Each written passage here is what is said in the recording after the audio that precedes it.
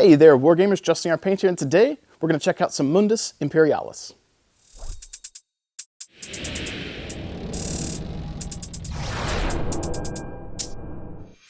As we get started today, I'd like to thank you guys for tuning in. If you are new here, please alpha strike that like, subscribe button, and if you're a returning viewer, thank you so much for tuning in to continue to help support what I do. That said, I'd like to give a big shout out today as we get started to Thunderhead, Chris, for continuing to help support my channel. Really cool guy, and we've been working with him since kind of the inception of what he is doing, and he has continued to help support what I'm doing here, and without him, I would not be getting these free products to review, so I appreciate that, and I'm a smaller channel, so it's really nice to have that connection and have that support from him, so thank you so much, Chris. I appreciate that. Secondly, I would like to thank Battlefront Miniatures / Gale Force 9 for helping facilitate getting these products to me as well. So not only does Chris kind of get to help cherry pick some of the content creators that he would also like to see products sent to, that company sends them to me, and you know, it's not free for them, it was free for me. These are free products, but they also listened to what he recommended and sent me free products too, and without them I would not have these either. So they have produced them, they have shipped them, and they ate all the costs, so thank you guys, I appreciate that. Trying to do content here on YouTube can get costly when you're trying to buy onesie twosies of everything that comes out, especially things like this that can be a little bit expensive. It adds up. It's really nice to be able to get some to be able to do content for you guys and raise some awareness for the product. So big shout out again to Chris from Thunderheadstudios and Battlefront Miniatures / Gale Force 9. Thank you guys so much for sending me stuff here to review on the channel. Releasing on March 22nd, whenever you guys are viewing this. Hopefully I've got the release dates well. We have got the Damaged Civil Defense Bastian, and we have got the Damaged Manfactorium Depot. Now these are some slightly larger buildings, which would be a nice juxtaposition to the previous Mundus Imperialis terrain that we reviewed that was kind of smaller and on the medium scale. So these would be nice for board coverage and look really good for your games. All right, so let's go ahead and check out some of the larger pieces that are releasing this month from the Mundus Imperialis. So we've got our Damaged Manfactorium Depot and Damaged Civil Defense Bastian. So this one comes with one fully painted building. This one comes with one fully painted building. The previous stuff that we have reviewed comes with two painted buildings, or a destroyed one and a damaged one. So these are going to be much larger with more table coverage in terms of probably the height of them and so forth versus the others, but you're trading off being able to have two pieces per box for just one. So that said, let's go ahead and get these open. This one did not have any wrapping on it, but this one does. So let's go ahead and get our wrapping off here.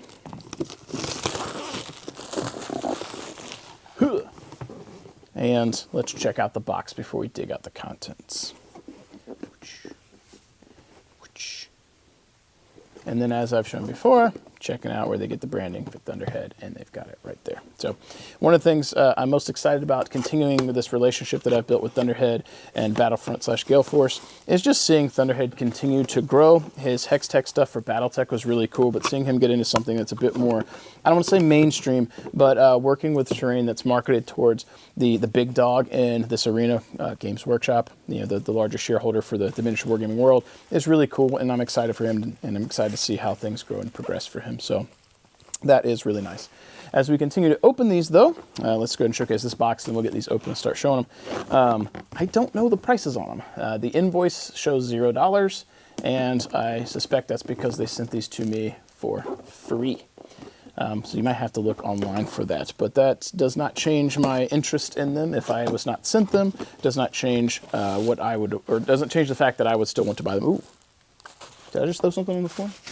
No, okay. This one has a separate part, and I almost tossed it as filler. All right. So first up here, we're gonna pop open our Damaged Civil Defense Bastian and check that one out. And get our bubble wrap off here.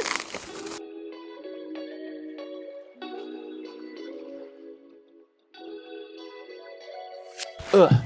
5 minutes later, that one was definitely well packed and even had some filler in here. So this is another one that is hollow. So be aware of that. It's got some heft to it too, and I would definitely encourage you guys to be careful with these. You could definitely hurt someone with that. They're very heavy, but I've had a few of these that have broken, especially some of these, not the new set, but some of the other ones. This right here is real thin, so if you were to drop that on a hardwood floor or concrete, God forbid concrete, you're probably going to break some of this stuff. So be very careful because it is a resin of some sort. So that said, let's go ahead and zoom in here and get you guys a tight look at this particular piece. All right, so here is our Defense Bastian. And much like the previous stuff, we've got a gray base here with a light gray dry brush, our red trim, brown trim, and some silver elements, which if you wanted to spice this up, you could come in here with a wash over these if you wanted to. Some areas for, I don't think there's really any OSL that you could do on this one. But you can come in here and maybe try and hand paint some of these windows, which would be a pain in the butt, but this would really be a nice splash of color to have some stained glass windows in there. You can even try your hand at some airbrush OSL to show some light coming out of those if you wanted to. Some rust and grime on the doors would be cool too, but a really nice building nonetheless, pretty substantial and large. I think right now, just looking at this, compared to the other ones in the set, I'm a big fan of the Scholem and the Administratum so far, because those you get 2 pieces and this is just one large one without a destroyable one. But maybe they'll do some more in the future, who knows. But I do like that, that's very cool.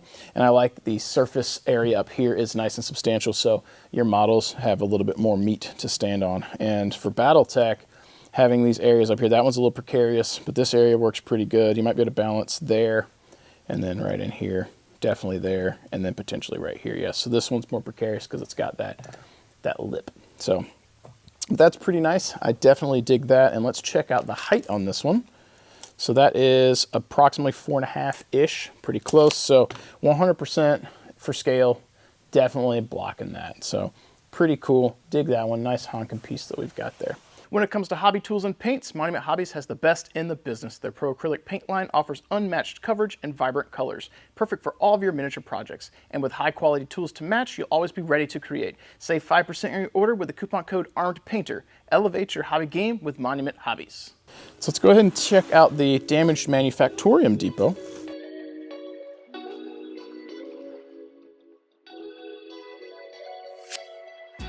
I can tell you that this one is very well wrapped, and probably because of how thin this base is getting.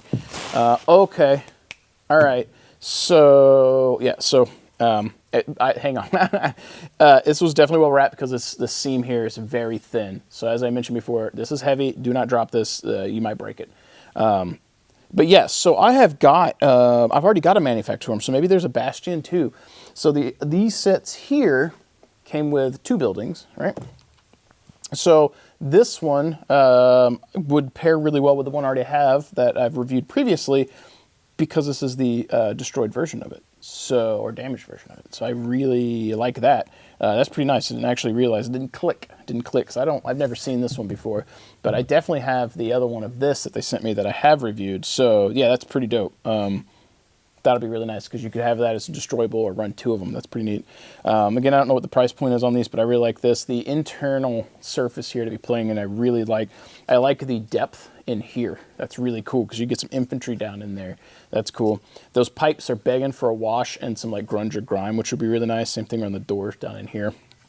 And then the door right here, some rust and stuff would look really nice. Let's go ahead and check some heights while we've got this guy out. I don't think I did this on the previous one that I did when I did the actual Manfactorium. This one's Manfactorium. I think they've got the typo fixed because the original box said Manfactorum. So we got about 2 inches right here, and then to the top here at its peak, let's see, probably about 4-ish, give or take. So for scale purposes, we've got our Atlas. And then he can kind of stand up here. But these parts, which I know exactly what these are going to be now, those are going to be the parts that go here, which would have to be glued in after. Oh, and there's an extra little piece. Okay, all right. So you've got these 2 bad boys here, little archways. They're going to go right here and here. So if those are glued in, the Atlas is a little bit more limited. He's going to have to go there or there, as you can see. But this one's got a cool little roof piece, which is nice. Again, I see why these were separate because you might break something. But that goes right there. That latches on in between them. And presto, whoop. If I can get that down in there. There we go. Boom. Let's go. All right, get a little bit of glue, and you've got your little roof piece here, which is really nice. Let me see if I can hold that and not drop them. Yeah. So a little spot here. See your models walking through. So I definitely like that. I could see if you chose to leave that off as well. which would not be terrible. I honestly think that walking through that is really nice, giving you a clear path for models. But having that on there is a nice little visual too. So I'll probably glue this stuff in so I don't lose parts, because I don't want modular terrain pieces like this where I might lose something. So I'd rather glue it and have a visual that's consistent than to lose parts. So definitely cool.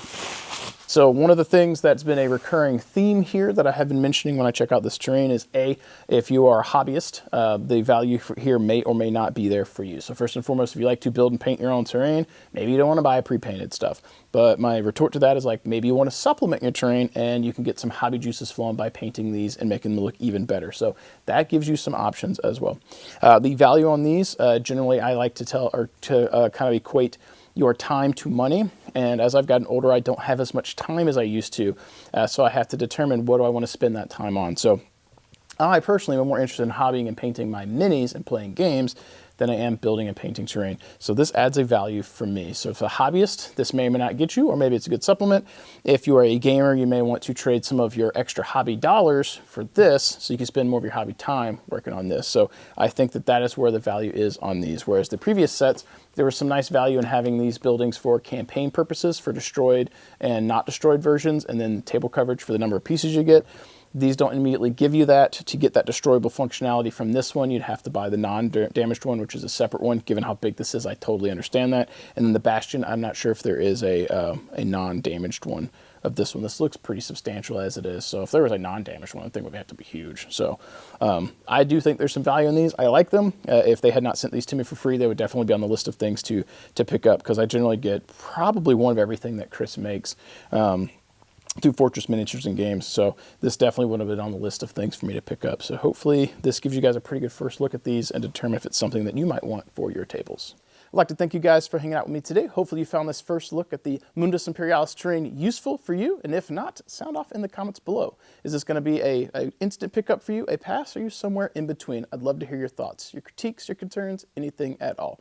I know some of you guys might be using this for your games of Warhammer Epic, whatever they're calling it now, but if you're watching the channel, honestly, you're probably a Battletech fan, so this might resonate with you from the Alpha Strike perspective. In either case, I'd love to hear what you guys think and what you have to say. That said, folks, that's all I've got for you today. As always, keep painting your models, keep rolling your dice, and I'll catch you guys next time. Thank you so much for watching and being here with me today. I pour a lot of time and passion into every video, and I genuinely hope it adds something to your hobby experience. If you've enjoyed today's content and want to see more, consider supporting me over on Patreon. Every little bit of support helps fuel what I'm doing here, and it truly makes a difference. Whether it's a few dollars or simply sharing the channel with others, your support means the world to me and allows me to keep doing what I love and hopefully inspiring you along the way. A huge thank you as well to all my sponsors, Monument Hobbies, Fortress Miniatures and Games, Baron of Dice, and Deathra Designs as well.